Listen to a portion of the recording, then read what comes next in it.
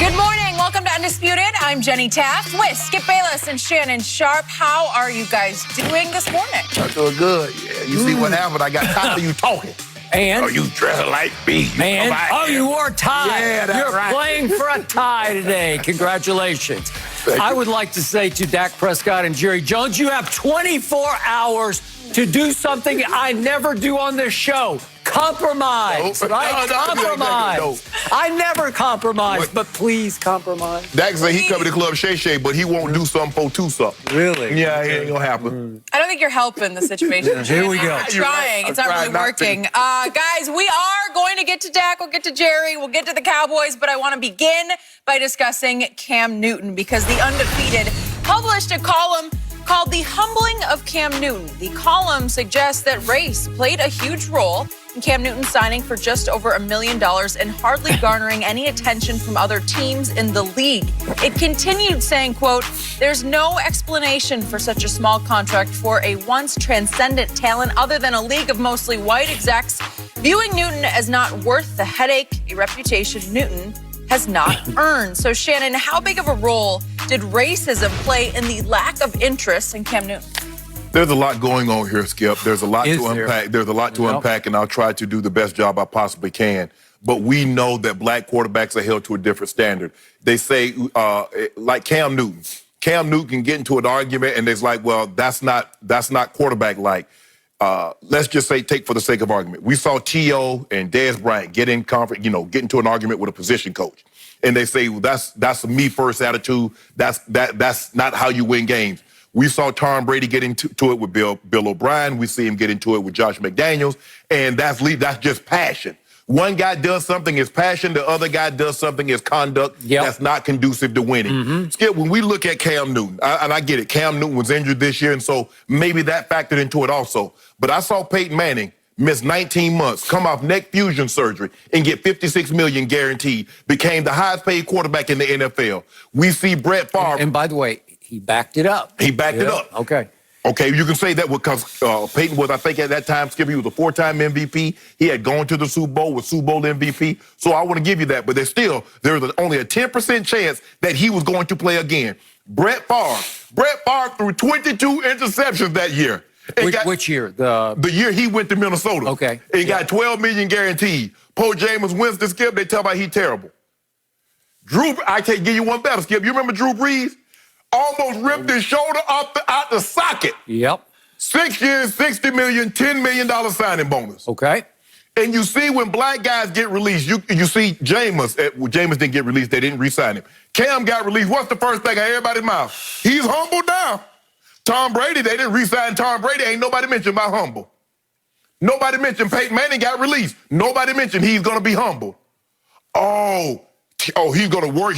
Cam's going to reinvent himself. Ain't nobody say that about the other quarterbacks. Ain't nobody say Peyton going to reinvent himself. Nobody said Tom Brady's going to reinvent himself. No matter how you like it, Tom Brady got humble because the Patriots did not sign him. They had 16, 17, 18, 19 to give Tom Brady a contract extension, and Coach Belichick said no. It wasn't until the last hour, and Coach Belichick knew Tom ain't going to resign because he felt that it was a slap in his face the way I've treated him this long. And what I've offered him, he ain't going to resign. Coach Belichick knew that. Coach Belichick was willing to roll the dice. Skip, there's a race element to this. You have to understand the NFL was established in 1920 with the Acme Packers. The first starting quarterback happened in 1968, Marlon Briscoe. So you're talking about 50 years. So when they say you need to add quarterback, all the quarterbacks have been what, Skip? When they say you act presidential, all the presidents have been what in the United States other than President Obama? Well, white. So when they say you need to act quarterbackish, what they're saying, Skip, because all the quarterbacks for the first 50 years were white.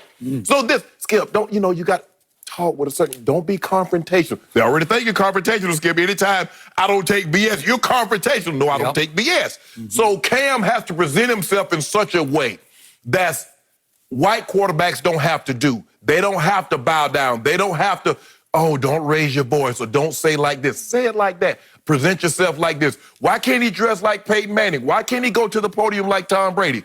Because that's not them. That's not who Cam is. So So, Skip, I think there is a race element. I don't think that is the only element, but I do think race plays a role in this.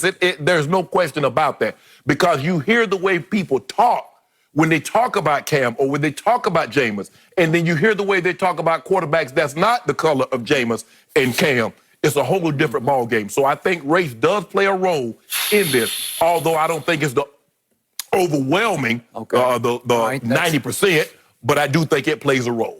Okay. Well said. Hear you. Agree with everything you just said. This whole concept, after I read this piece last night, is so troubling to me that I tried to do self-examination. I don't know if you noticed this, but I have 1, 2, 3, 4, 5. I have 5 pages of notes. You got a bunch of pages, you do. This is how much I thought about this Even last for Skip night. Bayless. That's a lot. It's a lot. In fact, it's so much I'm a little overwhelmed by it right now.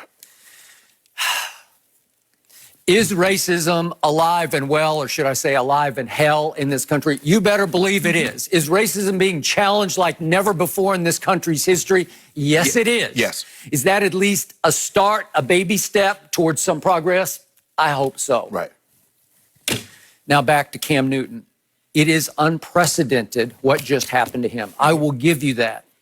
Did racism, or at least what I'm going to term an old-fashioned white mindset, play a role in this? Yes, it did. Yeah.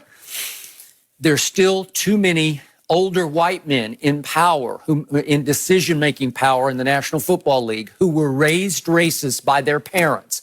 That doesn't mean they are racist, but there's still a subliminal racist mindset working, if you will. Just it's what I call that old-fashioned. It's not old school, because that gives it too much credit. That's like a good thing. It's old-fashioned white thinking.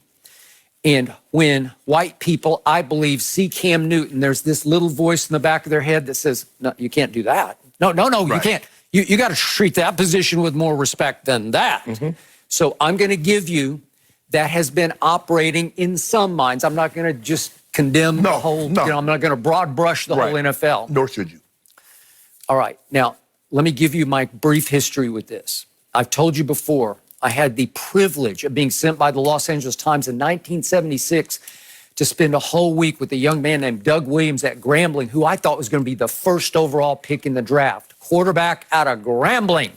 And I went to Monroe, Louisiana, and then to Grambling, Louisiana, to spend a week with him, and I was taken by it. And Coach Robinson, you know, the great Eddie, I don't know if you ever had a chance to meet him. I met Coach Rob. So that's when I told you I called several white gentlemen. They're all white at that point, but one white GM, very prominent, told me he does not have the mental capabilities to play in our league. And I was like, really? Have you watched him? Right. Because I got to watch one game on a Saturday, and I mean, you want to talk about lighting it up. And Doug Williams went, I think, 17th overall to Tampa, and the rest is Super Bowl history because he became the first black quarterback to win Super Bowl. So here's my other.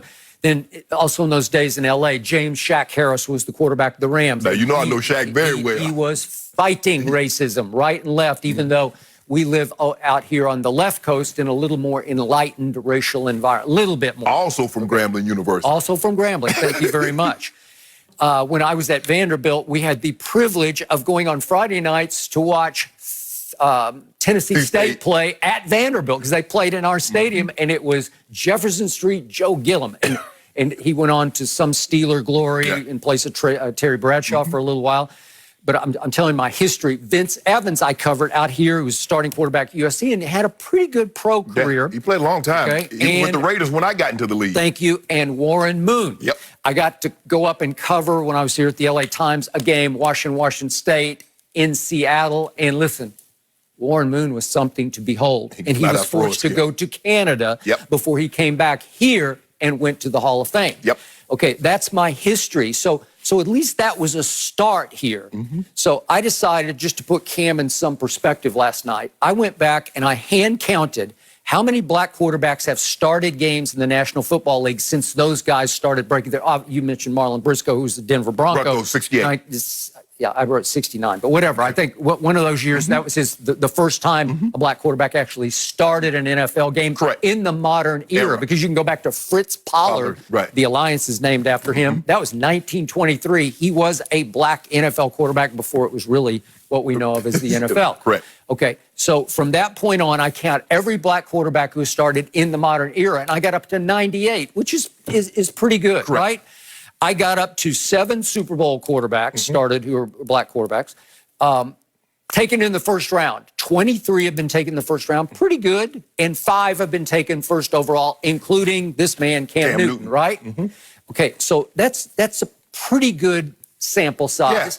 And yet, when we talk about Cam, to me, he's different than any of these quarterbacks in the way he conducts himself. The way Cam is being Cam. He's going to be Cam. And it's just, none of the other black quarterbacks have remotely really been like this. Where they are Superman celebrations, right? So we haven't had any of that. And we've had very few white quarterbacks who've gone that far.